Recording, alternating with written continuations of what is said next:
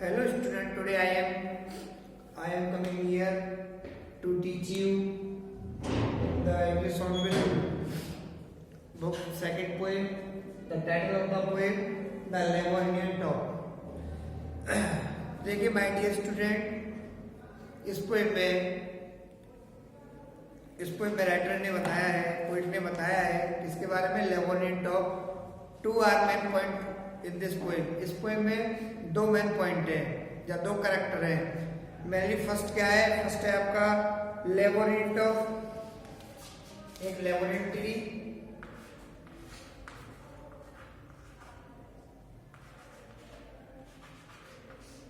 एक तो आपका लेबोरेटरी ट्री है, और सेकंड क्या है? एक बर्ड है। सेकंड एक गोल्डफिश नाम की क्या है? एक बर्ड है। पहले इसकी समरी डिस्कस करते हैं। तो इस पोएम में जो पोएट है वो क्या बताना चाहते हैं, देखिए कि एक जो लेबोरेटरी नाम का जो पेड़ है उसे ऐसा माना जाता है कि दैट इज वेरी पॉइजनेबल। ये बहुत कैसा है? बहुत जहरीला पेड़ है। And its colour is yellow, और इसका जो रंग है वो कैसा होता है? पीला। एंड ये जो लेबोरेटरी ट्री है ये एक डेजर्टेड एरिया में पाया जाता है। It found in A deserted area, और यहाँ पे देयर इज नो मोशन, यहाँ पे कोई हलचल भी नहीं होती। देन तभी क्या होता है, एक गोल्डफिश नाम की एक बर्ड है जो इस पेड़ पर आती है। और गोल्डफिश नाम की एक जो ये चिड़िया है ये कैसी है? थोड़ी पैशनेबल है। ये डिफरेंट टाइप की एक्टिविटी करती है, कभी चहचहाने लगती है, कभी तेज गति से इधर उधर आती है और पेड़ पे बैठ जाती है, और फिर कभी वापस चली जाती है। तो मीन्स ये है कि यहाँ पे जो डेजर्ट एरिया है एंड ये लेबोरेटरी है जो बिल्कुल शांत रहता है, तो यहाँ पर ये एक हलचल का माहौल क्रिएट कर देती है। तो मीन्स द पोएट है वो कभी ये कहना चाहता है कि देखिए एकांत और जो लेबोरेटरी है इसके आने से, गोल्डफिश बर्ड के नाम आने से उसमें दोबारा से क्या होने लगता है? मोशन होने लगती है। किसमें? लेबोरेटरी में। अब देखते हैं इस पोएम को। देखिए, the laboratory top is silent, quite still in the afternoon yellow September sunlight, a few leaves yellowing, all its seeds fallen। देखिए जो लेबोनियम है, ये जो ट्री है, जो लेबोनियम है ये क्या है? ए शॉर्ट ट्री।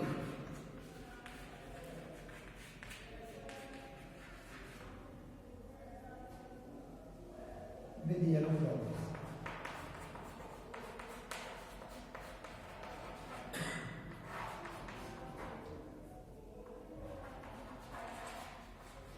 ये जो लेबोनियम है ये क्या है? ये शॉर्ट ट्री है विद येलो फ्लावर्स है। और गोल्डफिश क्या है?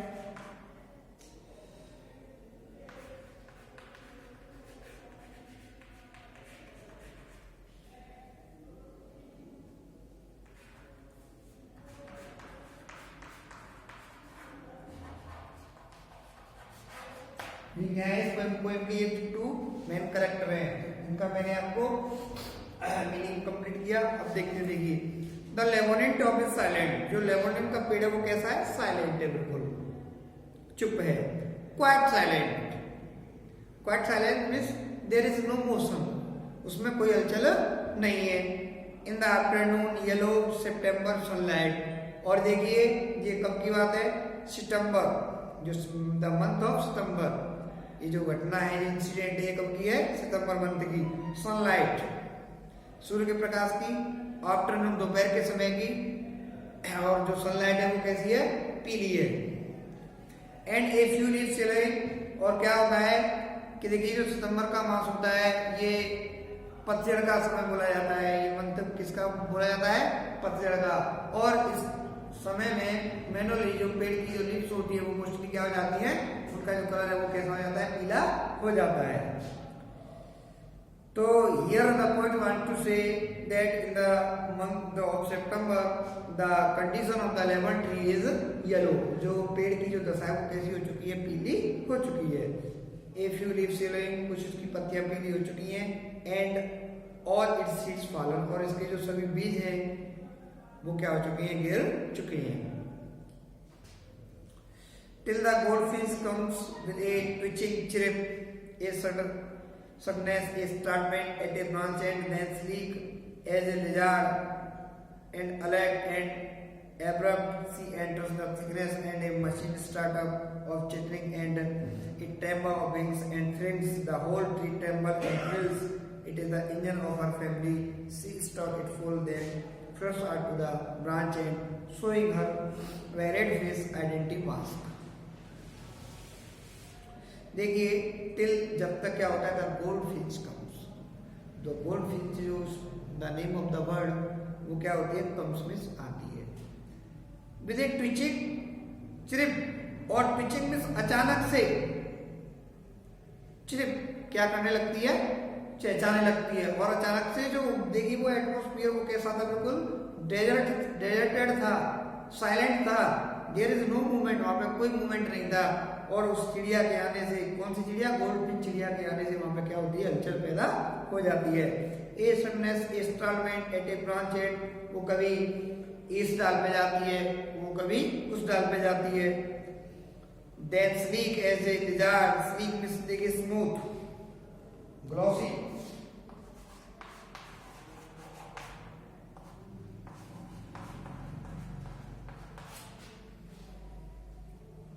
और एक जो लिजार्ड में चिपकली होती है जस्ट लाइक द एक लिजार्ड की तरह, एंड अलर्ट और अलर्ट भी रहती है, एंड एब्रप्ट और बड़ी तेजी से, she enter the thickness, she enter the thickness, वो जाती है कहाँ थिकनेस में स्काई में, जो थिकनेस जो पेड़ होते हैं उनका क्या होता है तो एक जगह पे जस्ट लाइक द उनका झुंड group, the group of leaves, जो पेड़ की पत्तियां होती हैं उनका क्या होता है एक झुरमुट, एंड उसी झुरमुट में क्या है नेस्ट है उसका, जो गोल्डफिंच है उसका क्या है नेस्ट है, वहां पे वो क्या हो जाती है चली जाती है।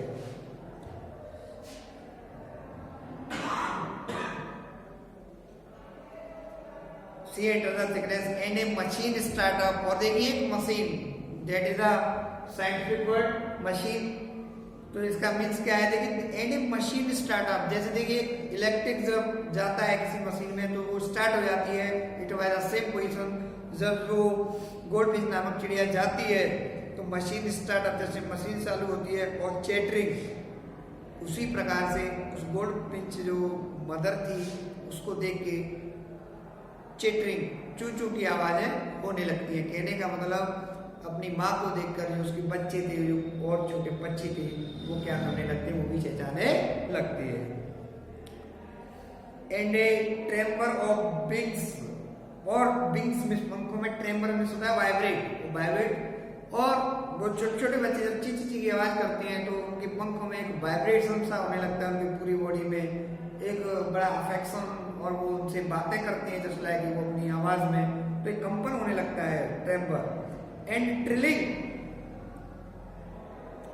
और क्या करती है सभी ट्रिलिंग में सोती है, देखिए जो पक्षी होते हैं उनके जो बच्चे होते हैं उनकी चहचहाने की आवाज को ट्रिलिंग बोला जाता है। द होल ट्री ट्रेम्बल, इससे क्या होता है कि जो पूरा पेड़ होता है ट्रेम्बल मीन्स क्या होने लगता है हिलने लगता है, एंड थ्रिल्स, और थ्रिल्स मीन्स एक्साइटमेंट, उसमें कहा जाता है पेड़ में भी मूवमेंट होने लगता है, वो भी एक्साइटमेंट होने लगता है, क्योंकि देखिए वहां पे ना जो पेड़ पाया जाता है वो एक ऐसे एरिया पाया जाता है जहाँ पे बिल्कुल शांति होती है, कोई भी नहीं होता, लेकिन इस पक्षी के आने से उस पेड़ को भी लगने लगा कि हाँ अब यहाँ पर कोई है, क्योंकि देखिए ट्रीज आर आल्सो सेंसिटिव, पेड़ भी क्या होते हैं संवेदनशील होते हैं, वो भी फील करते हैं। The whole tree tremble and thrills, it is the engine of our family, और देखिए engine, that is the second scientific name, engine का यूज मोस्टली साइंस में किया जाता है, लेकिन यहाँ पे किसके लिए यूज किया है कि देखिए that is the engine of our family, वो उनके परिवार का क्या है इंजन है, जैसे इंजन पूरे रेलगाड़ी के डिब्बों को खींचता है उसी प्रकार से ये जो गोल्डफिंच नाम की जो मादा चिड़िया है ये पूरे अपने परिवार का क्या करती है पालन पोषण करती है, इसलिए इसे इंजन कहा गया है। She stokes its full, stokes में देखिए स्टॉक में होता है आपका टू फीड द फायर,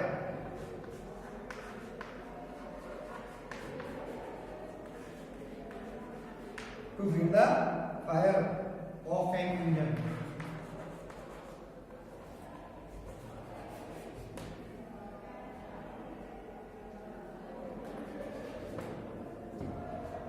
जैसे कि देखिए to feed the fire of an engine, engine के लिए टू फीड मतलब आवश्यकता होती है, उसी प्रकार से सी स्टॉक इट फुल, वो जब तक उन्हें खिलाती है जब तक उनका पेट भर नहीं जाए। कौन? गोल्डफिश नाम की जो पक्षी अपने बच्चों को खिलाती है। देन फ्लड्स आउट, और तब क्या होती है? फ्लड आउट माने चली जाती है टू ब्रांच एंड, किसी हर डाली पर वो चली जाती है, अपनी घोंसले से निकल कर पेड़ की किसी डाली पर बैठ जाती है। Showing her buried face identity mask, और शोइंग हर बेरिड फेस, और वहां से उसका जो बेरिड फेस है देखिए उसका कलर कैसा है? येलो, लेकिन उसके चेहरे पे क्या है? डार्क स्पैट्स हैं, डार्क स्पैट्स।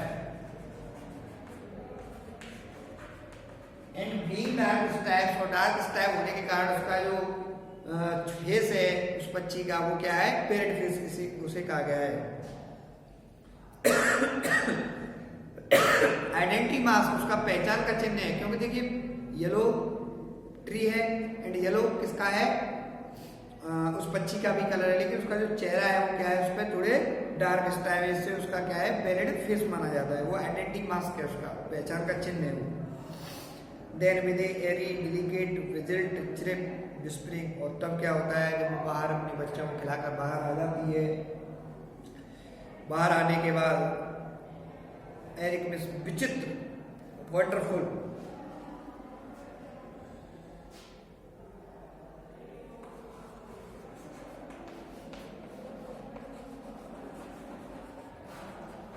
और तब क्या करती है वो?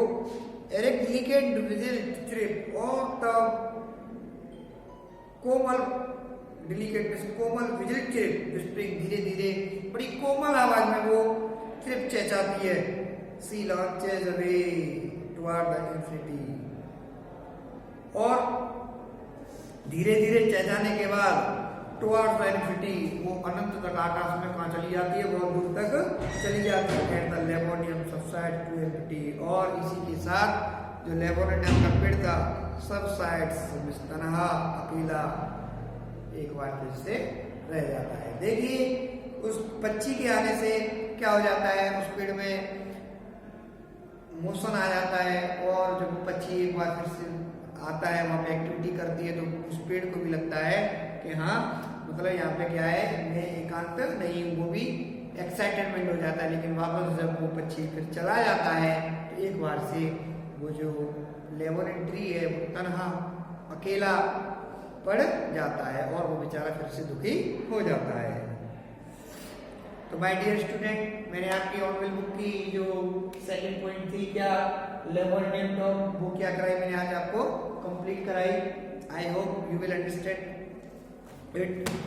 Thank you.